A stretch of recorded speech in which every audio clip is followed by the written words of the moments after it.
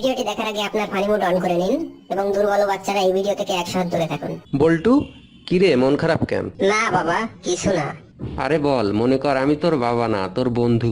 আর বলিস না দোস্ত, গতকাল আমার প্রেমিকাকে নিয়ে ঘুরতে বেরিয়েছিলাম, হঠাৎ তোমার স্ত্রী দেখে ফেললো, তারপর আমাকে কি মারটাই না মারলো। বাবা, আমার একজনকে পছন্দ হয়েছে। ওয়াও, কে এই সৌভাগ্যবতী? ওর নাম জরিনা, আমাদের পাশের বাসার আবুলের মেয়ে। নো, আমি তোমাকে কিছু বলতে চাই, কিন্তু প্রমিস করো তোমার আম্মুকে বলবে না।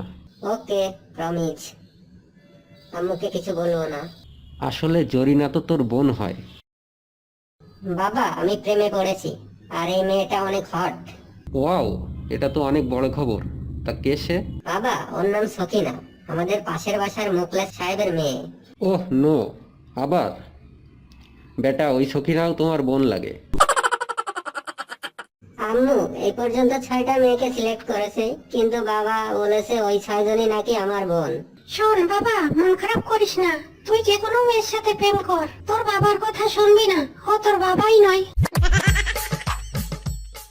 বল্টু, 30টা পাত্রী তো দেখে ফেললি, কোনো মেয়েই তো তোর পছন্দ হলো না। তা তুই কেমন মেয়ে আশা করছিস? বাবা, আসলে আমি তো পিঙ্ক কালারের মেয়ে খুঁজছি।